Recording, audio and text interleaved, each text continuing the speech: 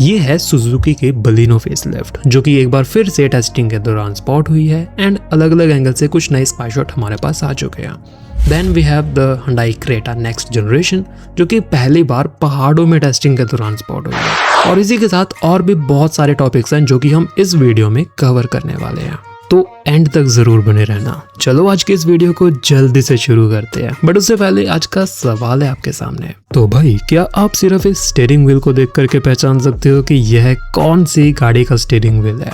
ये सवाल शायद आपके लिए थोड़ा ज्यादा डिफिकल्ट रहने वाला है, क्योंकि स्टीयरिंग के ऊपर ये जो कार ब्रांड का लोगो है ये आप पहली बार देख रहे होंगे। बट यही तो सबसे बड़ा ट्विस्ट है आपके लिए। अब अगर आप लोग आसपास का एरिया देख करके हिंट लगाना चाहो, पहचानना चाहो, तुक्का लगाना चाहो तो लगा सकते हो। बाकी हाँ, सबसे पहले आने वाले सही कमेंट को 24 घंटे बाद लाइफ टाइम के लिए पिन कर दिया जाएगा और वही भाई माना जाएगा रियल कार एंथुसियास्ट। फिलहाल हम इस वीडियो को आगे कंटिन्यू करते हैं। तो सबसे पहला अपडेट है भाई Volkswagen Virtus के रिगार्डिंग, जहाँ पर ये गाड़ी एक बार फिर से टेस्टिंग के दौरान स्पॉट हो चुकी है। काफी टाइम से इस गाड़ी की टेस्टिंग चल रही है, बट अब की बार जो स्पाई शॉट्स आई हैं वो काफी ज्यादा स्पेशल नजर आ रही हैं, क्योंकि यहाँ पर आप ओवरऑल इस गाड़ी में फ्रंट साइड इंटीरियर्स सभी तरीके के बड़े अपडेट्स क्लियरली देख सकते हो, जिसमें कि नए डिजाइन के हेडलैम्प्स क्लियरली विजिबल हैं। अल्ट्रा स्लिम से हेडलैम्प्स हैं, इसके अंदर LED लाइट भी है, प्रोजेक्टर भी है एंड DRL भी इंक्लूडेड है। DRL की जो स्टाइलिंग है वो चेंज कर दी है, अब की बार आपको थोड़ा डॉटेड टाइप का पैटर्न मिलने वाला है एंड जो Volkswagen का लोगो रहेगा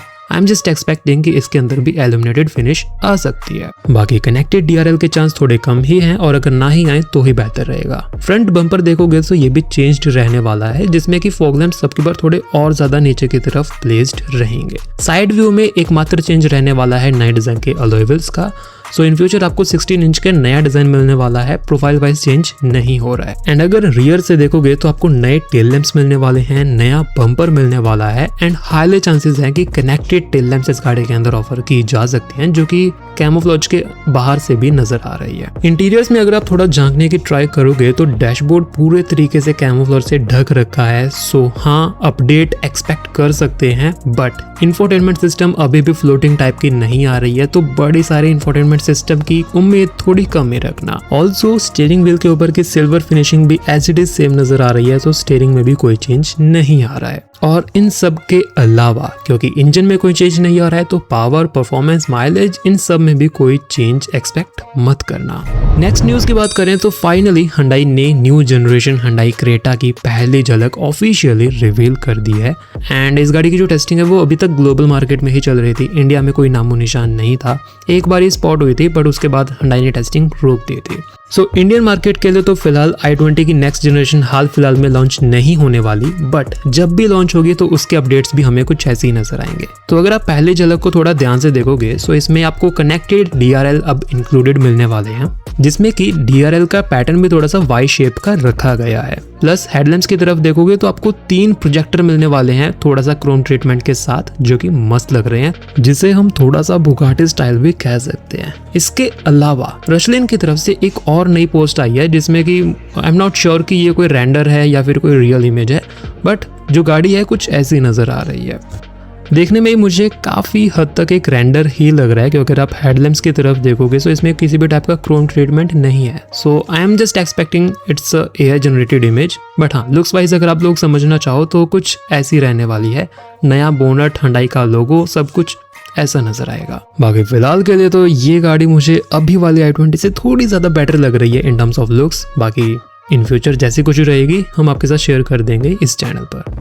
नेक्स्ट न्यूज पर आए तो फाइनली बलिनो फेसलिफ्ट एक बार फिर से टेस्टिंग के दौरान स्पॉट हुई है एंड कुछ मूविंग स्पाई शॉट्स आप लोग यहाँ पर अगर देखोगे सो बैक से, साइड से अभी भी ये गाड़ी अपने स्टॉक कंडीशन के अंदर ही नजर आ रही है, जैसी अभी के टाइम पर बिकती आ रही है। ऑल्सो अगर आप फ्रंट फेशिया में भी देखो सो इस गाड़ी के हेडलैम्प्स तक भी चेंज नहीं हुए हैं, DRL का पैटर्न भी चेंज नहीं हुआ है। जो चेंज रहने वाला है वो सिर्फ फ्रंट ग्रिल के अंदर रखा गया है एंड फ्रंट बम्पर के अंदर रखा गया है। सो इन शॉर्ट फेसलिफ्ट के बाद भी सुजुकी कॉस्मेटिकली इस गाड़ी को ज्यादा कुछ चेंज नहीं दे रही है। फीचर्स वाइज इसमें कोई बहुत बड़ा अपडेट नहीं दे रही है। तो अगर आप बलिनो खरीदने का प्लान कर रहे हो और अगर फेसलिफ्ट मॉडल के स्पाई शॉट्स देख करके अपना प्लान ड्रॉप कर रहे हो तो भैया रुकने की बिल्कुल भी जरूरत नहीं है, क्योंकि सुजुकी सिर्फ फ्रंट में जो ये माइनर से चेंजेस कर रहा है ये सब कुछ आफ्टर मार्केट भी काफी सस्ते में चेंज हो जाएंगे। Just bumper and grill change का ही फर्क है। तो वेट करने से ज़्यादा बढ़िया ऑप्शन है कि आप फेसलिफ्ट के नाम पर बढ़िया वाला डिस्काउंट लो और बढ़िया डिस्काउंट पर बलिनो खरीद लो।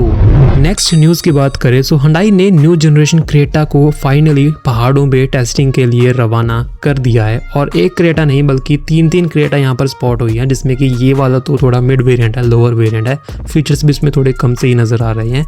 और जो अगली 2 कार्स हैं ये बिल्कुल टॉप मॉडल है एंड शायद इसमें भी पेट्रोल हाइब्रिड का थोड़ा अलग अलग डिफ्रेंशिएट होगा।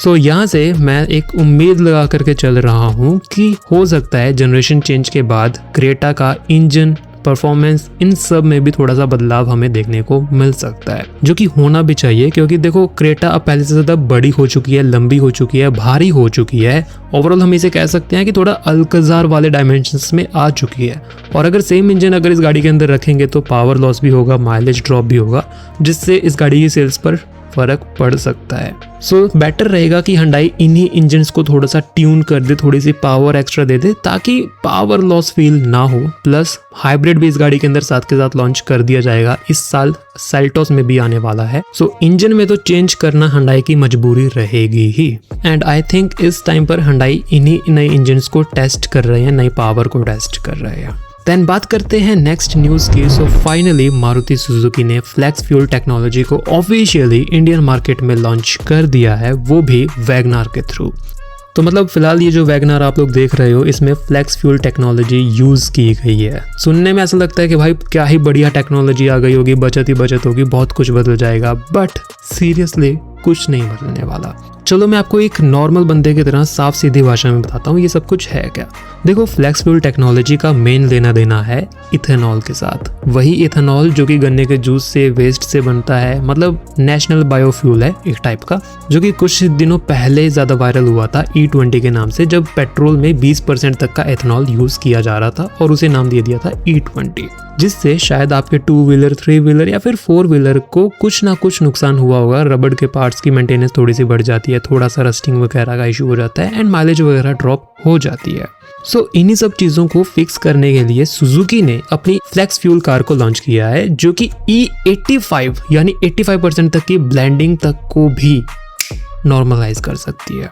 इन शॉर्ट अगर आपकी गाड़ी में फ्लेक्स फ्यूल टेक्नोलॉजी है तो आने वाले टाइम में सरकार चाहे कितना भी इथेनॉल ब्लेंडिंग क्यों ना कर दे, आपकी गाड़ी को जरा भी फर्क नहीं पड़ेगा, उल्टा इससे आपको थोड़े बहुत फायदे ही मिल जाएंगे। देखो जब आपकी गाड़ी में 85% तक इथेनॉल जा रहा है और 25% तक नॉर्मल पेट्रोल जा रहा है तो पेट्रोल की कंजप्शन ही कम हो गई, तो पेट्रोल के रेट ही कम हो जाएंगे, जो कि रिसेंटली रिवील भी किया गया है कि जो E85 है वो 20 रुपए सस्ता है पर litre as compare to E20। Plus ये टेक्नोलॉजी नेचुरलाइज्ड है यानी इको फ्रेंडली है, सो सरकार इस पर ज्यादा रेस्ट्रिक्शंस भी नहीं लगाने वाले इन फ्यूचर भी। और इससे तीसरा फायदा मिलने वाला है हमारे देश को, यानी जो क्रूड ऑयल की डिपेंडेंसी है वो कम हो जाएगी। अब फायदे तो बहुत सुन लिए, थोड़े नुकसान भी सुन लो। देखो इथेनॉल ब्लेंडिंग से माइलेज ड्रॉप होती है, 20 में भी हुई है तो 80 में तो और भी ज्यादा होगी। मतलब अगर आप 80% तक का एथेनॉल ब्लेंडिंग वाला फ्यूल यूज कर रहे हो तो लगभग 20 से 30% तक का माइलेज ड्रॉप होगा ही होगा। तो मतलब माइलेज कम हो रही है तो आपको रिफ्यूलिंग भी ज्यादा करानी पड़ेगी, तो थोड़ा झंझट रहेगा।